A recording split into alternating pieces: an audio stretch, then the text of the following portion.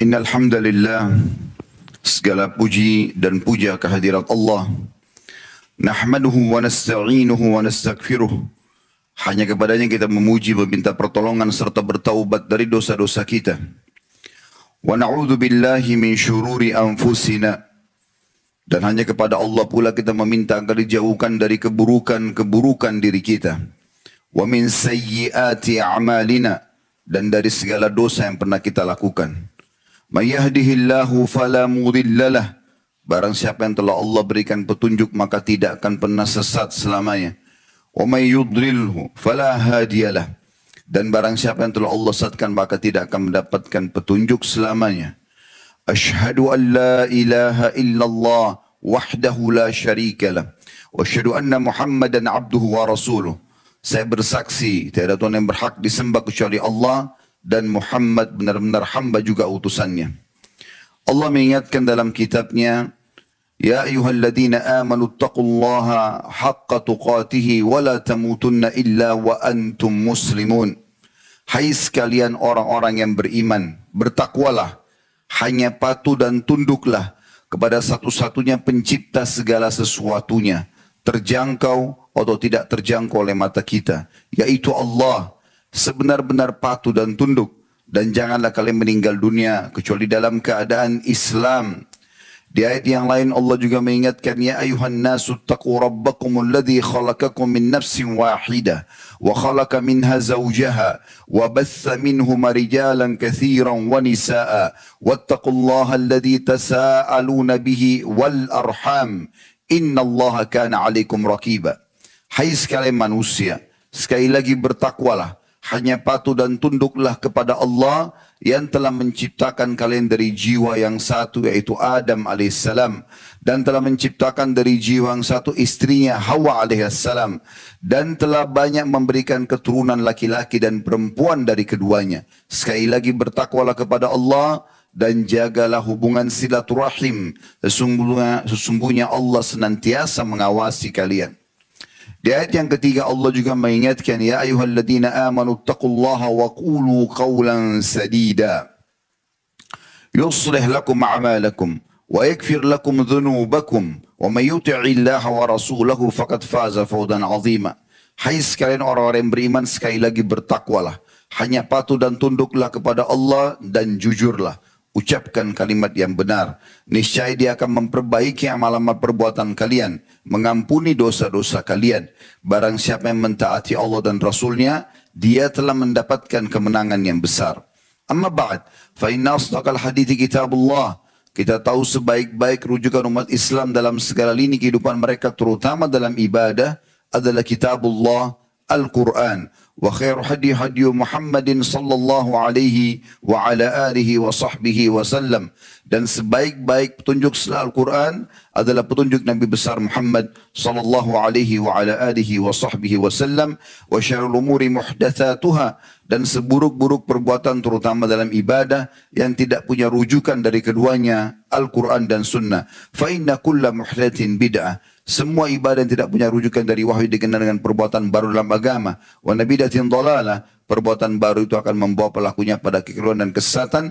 Dan kesesatan akan membawa pelakunya ke dalam api neraka. Saudaraku seiman rahimani wa rahimakumullah. Kesempatan ini adalah khutbah Jumat kita yang ketiga. Dan akan membahas insyaAllah bahaya lisan yang ketiga. Masalah menghina dan mencela. Banyak di antara kaum muslimin terjerumus dalam dosa ini dan tidak menyadari kalau ini adalah dosa besar.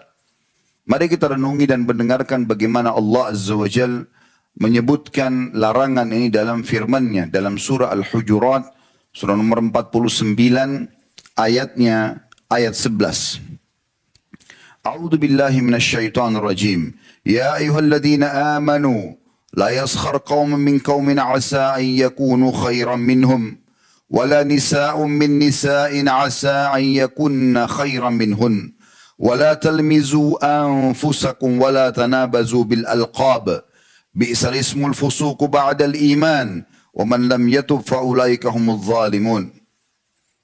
Hai orang-orang beriman, janganlah sebagian kelompok laki-laki menghina, mencela, merendahkan kelompok yang lain. Karena bisa saja yang direndahkan, dihina dan dicela itu lebih baik daripada yang mencela atau menghina. Dan jangan pula sekelompok wanita menghina, mencela, merendahkan wanita-wanita yang lain. Karena bisa saja yang direndahkan lebih baik daripada yang merendahkan.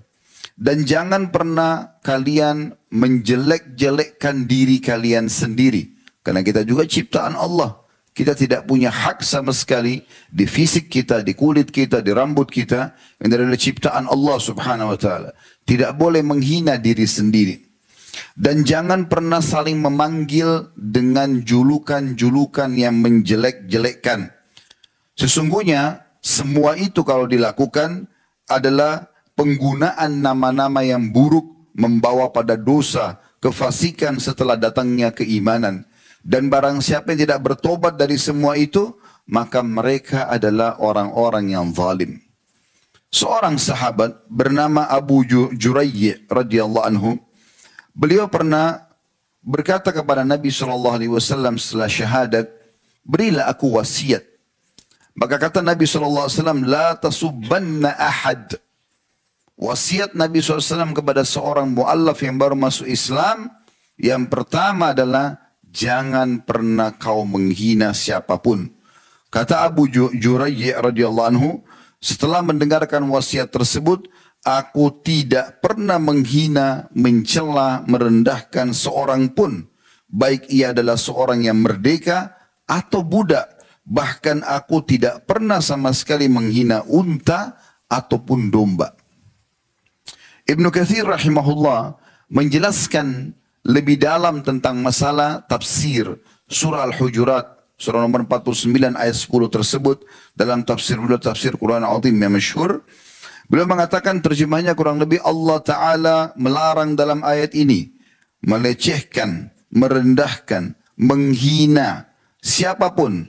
Hal itu sejalan karena menghina, sejalan dengan hadis Nabi SAW.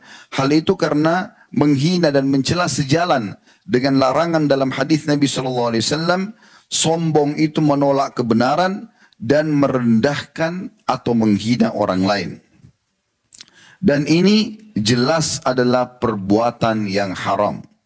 As-Sa'di juga mengatakan dalam tafsir beliau, Taisir Al-Karim Ar-Rahman, yang terjemahnya kurang lebih dalam ayat terdapat kandungan hak seorang mukmin dengan mukmin yang atau dari mukmin yang lain, yaitu jangan menghina, mencela orang lain baik dengan kata-kata ataupun perbuatan yang mengandung makna merendahkan sesama muslim, dan perbuatan tersebut jelas hukumnya haram.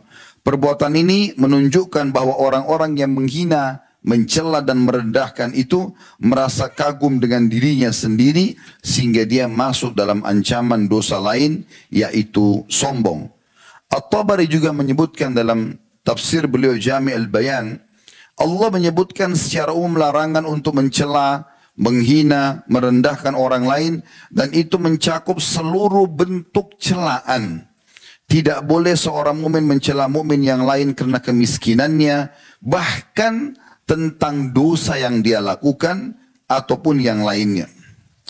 Pernah ada beberapa sahabat menertawakan Abdullah bin Mas'ud radhiyallahu anhu. Abdullah bin Mas'ud orang yang sangat kurus badannya.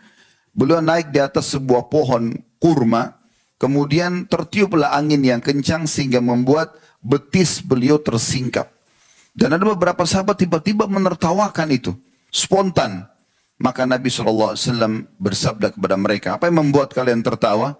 Kata mereka, kecil betisnya ya Rasulullah. Maka apa jawaban Nabi SAW? Wajah beliau memerah dan mengucapkan sabda beliau ini. Beliau mengatakan, walladhi nafsi biyadih, lahuma athkalu fil mizani min Uhud. Hadis sahih riwayat Ahmad.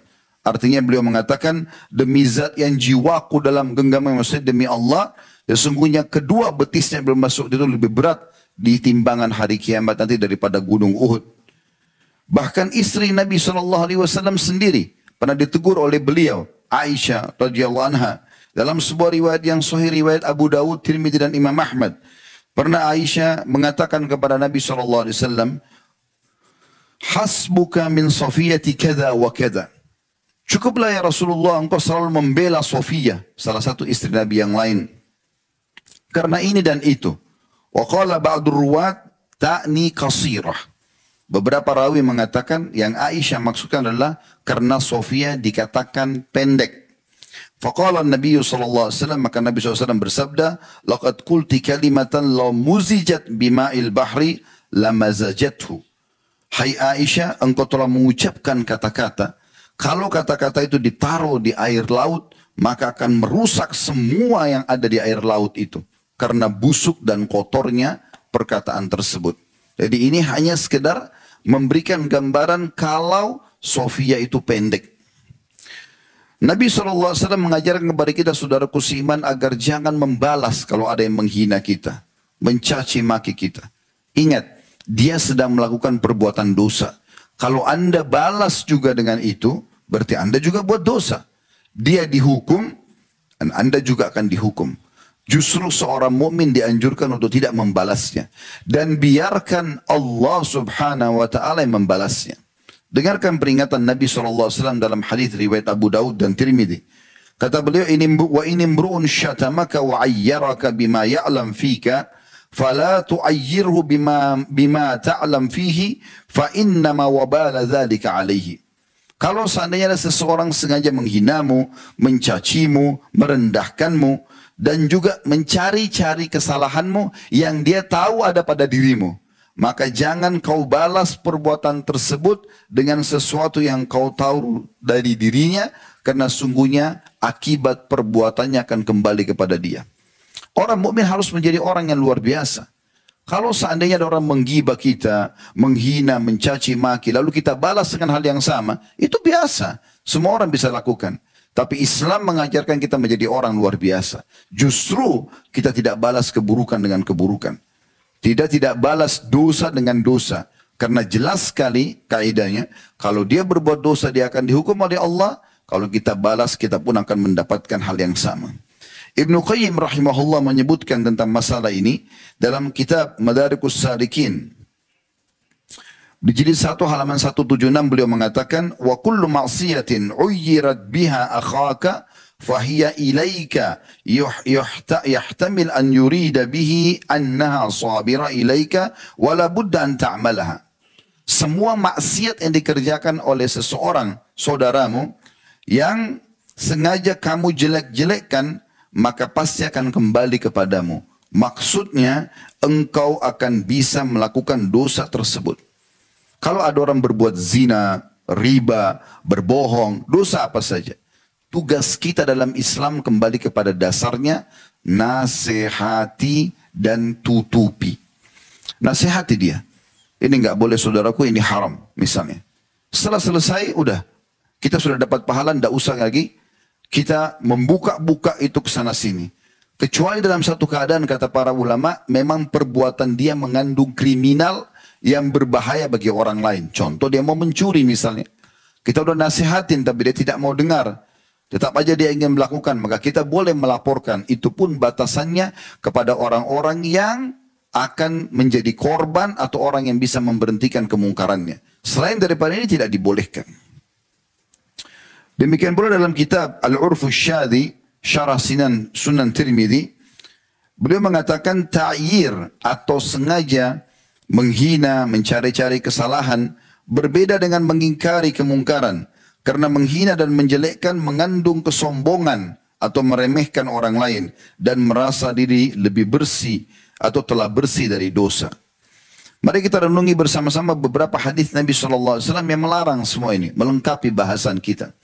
Saya hanya menyebutkan hadis dan terjemahannya, mungkin sedikit ada tambahan penjelasan kalau dibutuhkan. Karena hadis ini sudah sangat jelas. Kita hanya ingin memperkaya, ternyata banyak sekali informasi dari Nabi SAW yang melarang untuk mencela dengan alasan apapun. Yang pertama adalah sabda Nabi SAW riwayat Imam Muslim yang terjemahnya kurang lebih, cukuplah seseorang berbuat dosa yang sangat berat. Ini menandakan berarti mencela, menghina, merendahkan adalah dosa besar. Cukuplah seseorang berdosa yang berat atau besar jika dia merendahkan saudaranya muslim. Dalam hadis yang lain, kata Nabi SAW, Al-mutasabbani ma qala fa'ala al-badi'u ma lam ya'taddul mazlum. Hadis sahih riwayat Muslim dan Abu Daud. Apabila dua orang yang kemudian ketemu lalu terjadi pertengkaran, maka saling menghina, saling mencaci maki, maka yang memulainya akan menanggung seluruh dosa selama yang sedang dicaci tidak membalasnya. Dan ini poin penting. Ini yang tadi saya katakan, bagaimana kita menjadi orang yang luar biasa. Bahkan ada sebuah athar yang disebutkan bahwasanya kalau ada seseorang nanti dia punya masalah dengan orang lain dan dia tidak membalas sama sekali, dia biarkan saja, dia coba kembalikan itu agar meraih pahala di sisi Allah SWT. Pada hari kiamat nanti akan datang di hadapan Allah Subhanahu wa taala dan dia akan mengambil full haknya. Kata Nabi SAW, kalau dia sempat membalas di dunia, maka di akhirat nanti akan dilihat apakah balasan dia berimbang dengan yang menzaliminya. Kalau berimbang, maka sudah impas, tidak ada lagi saling menuntut. Tapi kalau yang terzalimi lebih besar balasannya, maka dia akan dihukum ya terhadap dan akan diberikan hak terhadap orang yang menzaliminya. Misal contoh, ada orang yang menggibah orang lain. Si fulan pendek, si fulan ini menyebut-nyebut kejelekannya misal. Kemudian dibalaslah oleh orang yang dijelek-jelekan dengan membunuh. Membunuh lebih besar daripada menggibah. Maka pada hari kiamat nanti, orang yang tadinya sebenarnya dalam kondisi benar karena dia sedang digibah, dia bisa panen pahala hari kiamat. Tapi karena dia balas dengan sesuatu yang lebih besar dengan membunuh, maka nanti hari kiamat justru dia yang dihukum oleh Allah Subhanahu wa ta'ala. Juga sabda Nabi SAW dalam hadis Bukhari Muslim yang masyhur, sibabul muslimi fusukun wa qitaluhu kufur. Sungguh menghina, mencela, merendahkan seorang muslim adalah sebuah kefasikan, dosa besar, dan membunuhnya merupakan kekafiran. Demikian pula sabda Nabi SAW yang sahih riwayat Bukhari. Potongan hadis karena cukup panjang, potongan hadis saksi bahasan, wala'nul mu'mini kaqatlihi wa man rama mu'minan bikufrin fahuwa kaqatlihi. Sesungguhnya melaknat itu mengucapkan kata-kata yang jelek kepada seorang muslim, menghinanya seperti membunuhnya. Dan barang siapa yang menuduh seorang mukmin dengan kekafiran, maka dia seperti membunuhnya. Nabi SAW mengingatkan kepada kita agar menjadi sifat kita sebagai orang beriman. Jangan pernah gunakan kata celaan. Dan kita akan lihat nanti ada rincian dalam penutupan khutbah kita. Bukan hanya larangan mencela manusia. Mencela hewan tidak boleh. Mencela massa nggak boleh. Bahkan mencela syaitan saja tidak dibolehkan. Dalam hadis kata Nabi SAW, hadis ini sahih riwayat Tirmidzi dan Imam Ahmad. Kata Nabi SAW, laisal mu'minu bitta'an. Bukanlah orang mukmin itu yang suka atau banyak menghina dan mencela. Walal la'an, banyak melaknat, mendoakan yang buruk. Walal fahish, bukan juga orang yang suka berbuat keji. Walal badhi, dan bukan orang yang jorok perkataannya. Juga Nabi SAW memastikan orang-orang yang suka mencela, menghina ini tidak akan pernah bisa memberikan syafaat pada hari kiamat.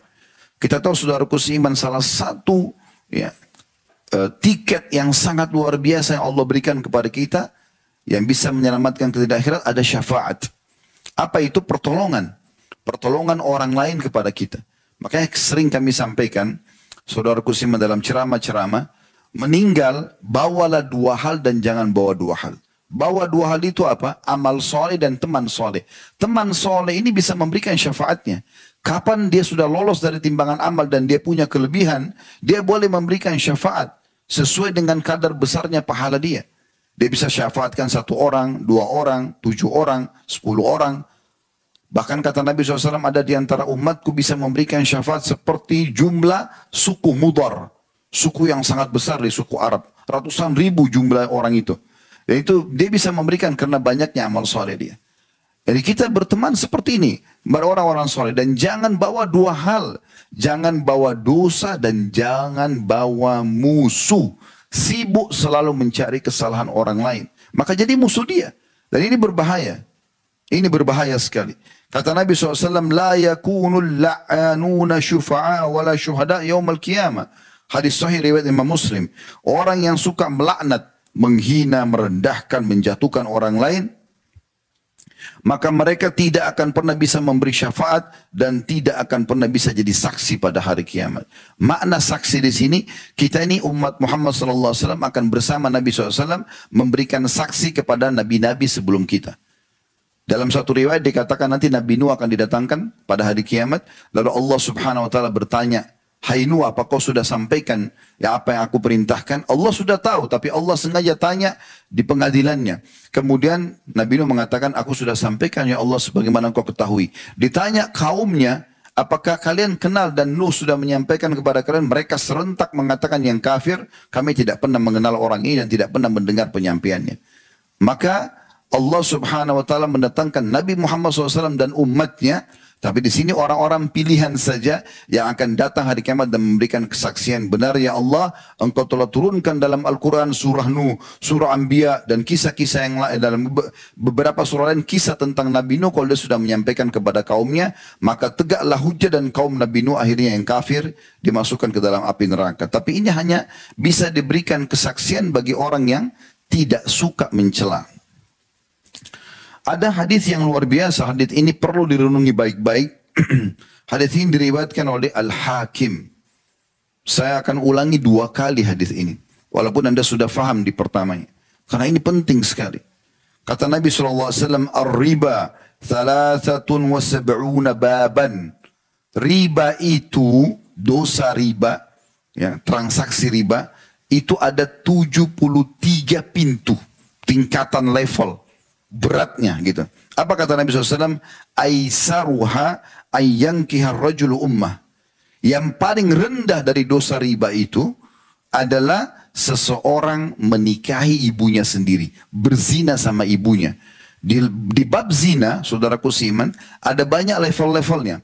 Yang paling berat berzina antara mahram.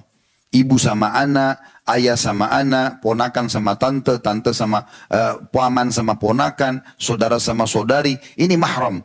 Ini hukumnya dirajam, walaupun belum menikah. Kita tahu dalam bab nikah, dalam bab zina, kalau orang belum menikah, kemudian dia berzina, hukumnya dicambuk 100 kali dan diasingkan 1 tahun. Tapi dan kalau dia sudah menikah, hukumnya rajam. Tapi kalau zina antara mahram ini hukumnya dibunuh langsung, karena beratnya. Tapi apa kata Nabi SAW? Dosa riba yang paling rendah sekali, itu setingkat dengan level tertingginya dosa zina. Seperti orang zina dengan ibunya sendiri. Lalu kata Nabi SAW, Bapak, ini bukan saksi bahasan kita. Setelahnya ada saksi bahasan. Kata Nabi SAW, wa inna arbar riba irdur rajulul muslim.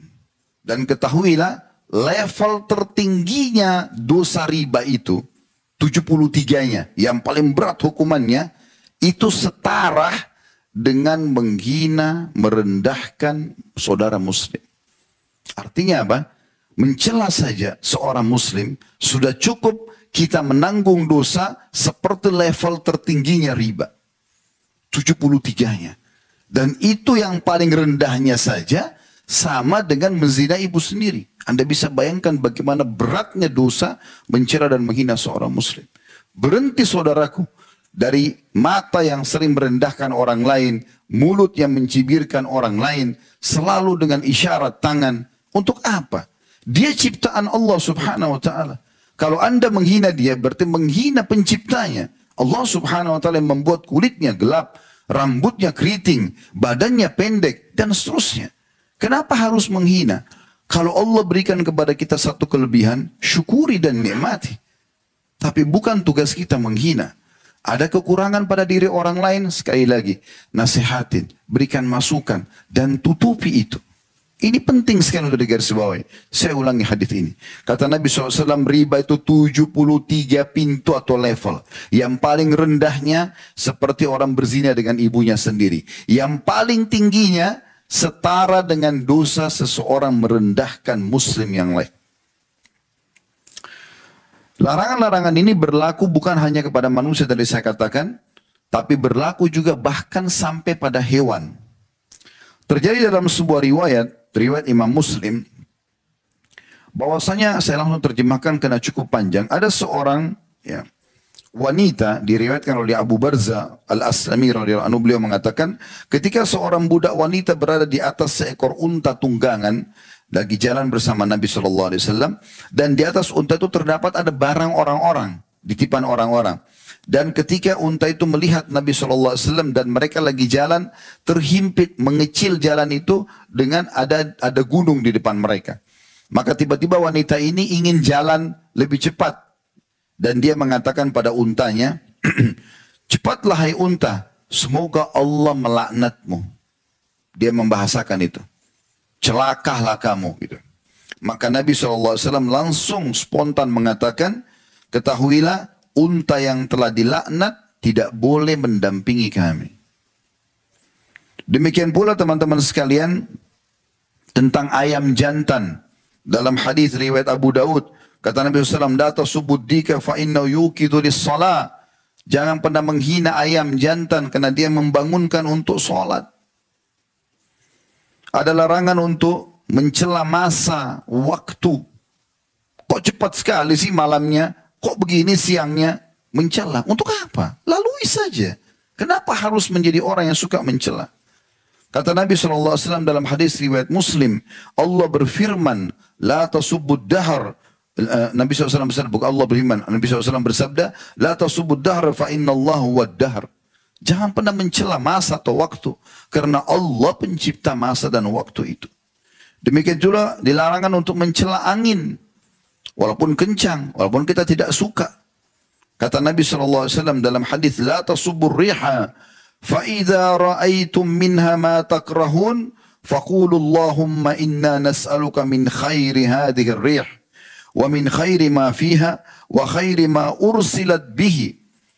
Jangan pernah kalian mencaci maki angin, karena ya jangan kalian mencaci maki angin kalau kalian ada sesuatu yang kalian tidak suka dari angin itu, mungkin karena kencangnya atau menakutkan buat kita, maka ucapkanlah. Nabi SAW ajarkan doanya, ya Allah, aku minta kebaikan angin ini, kebaikan yang ada di dalamnya, dan juga kebaikan yang dia diutus untuknya. Ditiupkan oleh Allah ini pasti ada tujuannya. Kebaikannya saja kami minta ya Allah. Wa na'udzubika min syarri hadhihi rih, dan kami berlindung kepadamu dari keburukan angin ini. Wa min syarri ma fiha, keburukan yang ada di dalamnya. Wa syarri ma ursilat bihi, dan keburukan yang dia diutus oleh atau untuknya.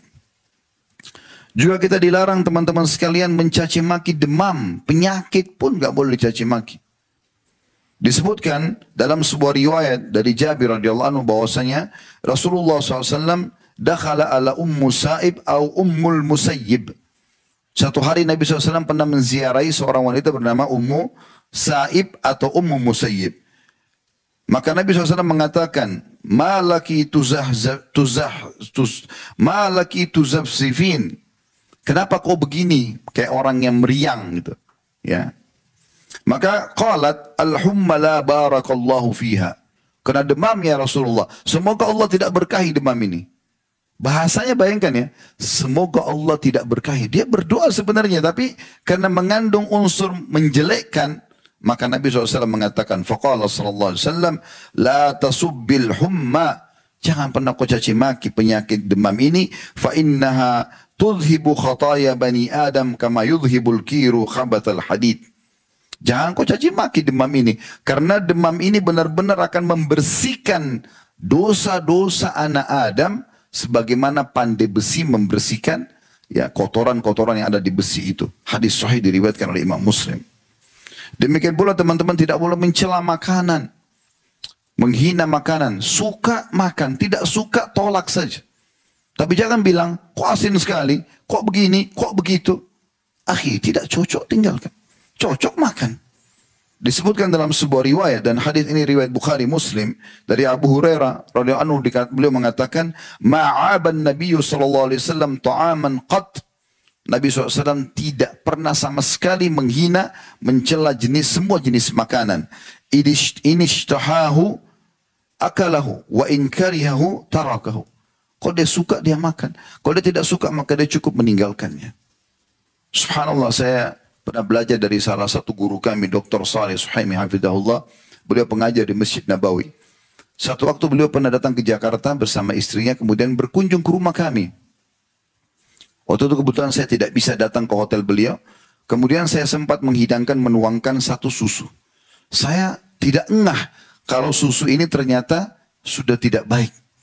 Tidak bermaksud, tapi subhanallah, saya buka kulkas, saya keluarkan susu itu. Ternyata susu ini baru kami beli kemarin. Dituang di gelas, saya pikir masih bagus. Begitu saya hidangkan, Syekh lalu mengambil gelasnya, kemudian dia menyentuh, sempat dia minum sedikit, lalu dia letakkan. Lalu saya tanya, Syekh, nggak diminum? Dia bilang, jazakallah khair, cukup. Begitu aja. Subhanallah, adabnya luar biasa. Lalu kemudian beliau pamit, tinggalkan kami. Setelah keluar, saya tidak tahu kenapa tersentuh hati saya untuk mengecek susu itu. Begitu saya cek, memang asin. Tapi tidak pernah beliau mengatakan, ini rusak akhi. Kenapa dihidangkan? Nggak ada bahasa-bahasa seperti itu. Bagaimana orang yang sudah memahami masalah ini, mengaplikasikan dalam kehidupan mereka. Bahkan teman-teman sekalian, kita tidak boleh mencaci maki semua sesembahan yang disembah selain Allah. Padahal itu berat. Patung, pohon, semua nggak boleh dicaci maki. Dengarkan Allah berfirman dalam surah Al-An'am. Surah nomor 6 ayat 108. A'udzu billahi minasyaitonir rajim. Wa la tasubbu alladziina yad'una min dunillahi fayasubbullaha 'adwan bighairi 'ilm. Jangan pernah kalian menghina, mencela, merendahkan sesembahan-sesembahan yang mereka sembah selain Allah, karena bisa saja mereka balik menghina, mencela, merendahkan Allah dengan melampaui batas tanpa pengetahuan. Dakwahi saja. Sampaikan gini, kita punya produk namanya Islam. Isinya beriman pada Allah SWT dan seluruh syariat yang Allah perintahkan. Itu produk kita. Kita tawarkan saja. Tidak usah korek-korek orang lain. Itu yang paling baik. Maka produk ini diterima. Alhamdulillah, tidak diterima itu hak dia. Allah SWT mengatakan, la ikraha fid din. Tidak ada paksaan dalam agama. Bahkan teman-teman sekalian, ini sebagai penutup, tidak boleh kita mencela syaitan. Kita sudah tahu syaitan ini, ya, penyesat manusia. Tapi perhatikan, bagaimana dalam sebuah riwayat disebutkan, ada seorang sahabat jatuh dari untanya. Lalu dia mengatakan, celakalah syaitan. Dia bilang begitu, celaka syaitan. Dia bilang, maksud dia adalah, saya jatuh dari unta ini karena syaitan penyebabnya. Sebenarnya bisa saja orang berkata begitu. Karena syaitan suka mau mencelakakan manusia. Tapi apa kata Nabi SAW? La taqul ta'isa syaitan. Jangan kau katakan celakalah syaitan. Fa innaka idza qulta dzalika ta'azama hatta yakuna mithlal bait. Karena kalau kau ucapkan itu, syaitan itu membesar sampai seperti rumah besarnya. Kata Nabi SAW. Wa yaqul, lalu dia berkata dengan suara yang keras, biquwwati, dia celaka karena kekuatanku. Walakin qul bismillah, tapi katakan bismillah dengan nama Allah walaupun jatuh. Walaupun ada sesuatu yang kita tidak suka, bismillah. Badan kita gatal, ada jatuh sesuatu, bismillah. Pungut aja kembali, selesai. Sesederhana itu kok sebenarnya. Jangan ikutkan dengan mencela. Lalu kata Nabi SAW, walakin kul bismillah. Ucapkan dengan nama Allah. Fa innaka idza qulta dzalika tasagara hatta yakuna mithla dzubab.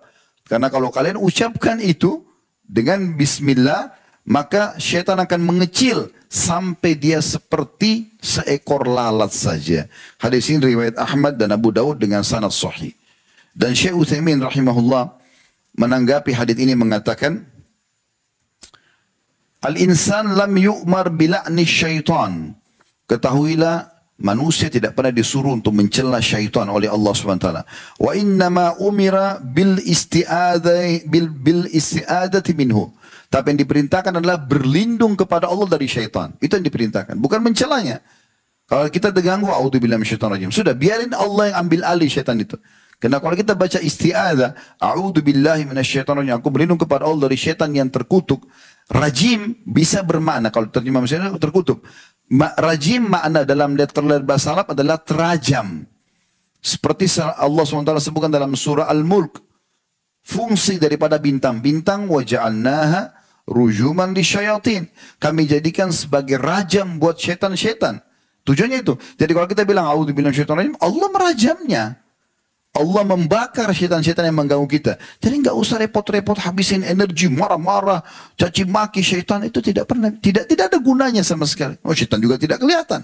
Tidak ada juga manfaatnya. Tapi kalau kita baca isti'adzah, Allah lindungi kita dari kejahatan dia dan Allah musnahkan dia. Itu kan lebih telak. Ini penting untuk digarisbawahi. Kata beliau, wa inna ma umira bil isti'adzati minhu. Diperintahkan untuk berlindung kepada Allah dari syaitan itu. Kama qala ta'ala, sebagaimana Allah Ta'ala telah berfirman, wa imma yanzagannaka minasyaitan nazgum fasta'id billah, innahu was-sami'ul alim. Kalau seandainya syaitan mulai mengganggumu, maka berlindunglah kepada Allah. Sesungguhnya Allah Maha mendengar, lagi Maha mengetahui. Diambil dari kitab Majmu' Fatawa beliau, di jilid 3 halaman 125.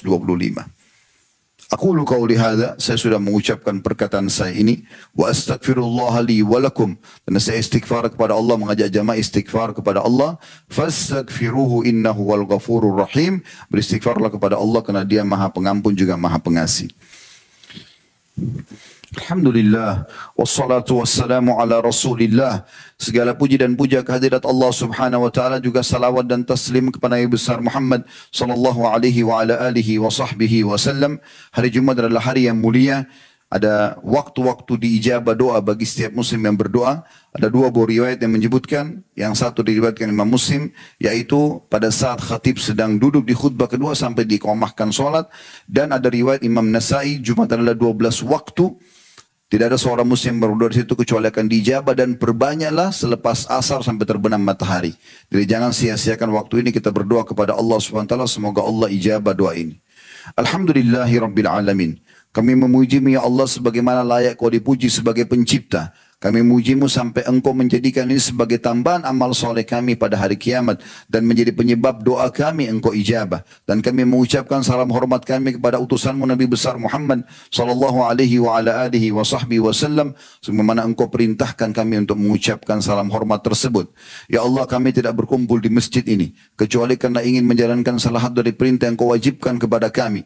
Maka terimalah amal soleh ini dengan pahala yang sempurna, serta terimalah seluruh amal soleh yang pernah kami kerjakan, yang sedang kami kerjakan, yang akan kami kerjakan sampai menjelang ajal datang nanti dengan pahala yang sempurna. Serta maafkanlah seluruh kesalahan kami ya Allah, kesalahan kedua orang tua kami, seluruh kerabat kami, bahkan seluruh muslimin dan muslimat, mukminin dan mukminat yang hidup dan juga yang sudah meninggal. Ya Allah, jagalah negara kami, amankanlah, tentramkanlah, lunaskanlah seluruh utangnya, keluarkanlah seluruh rezekinya.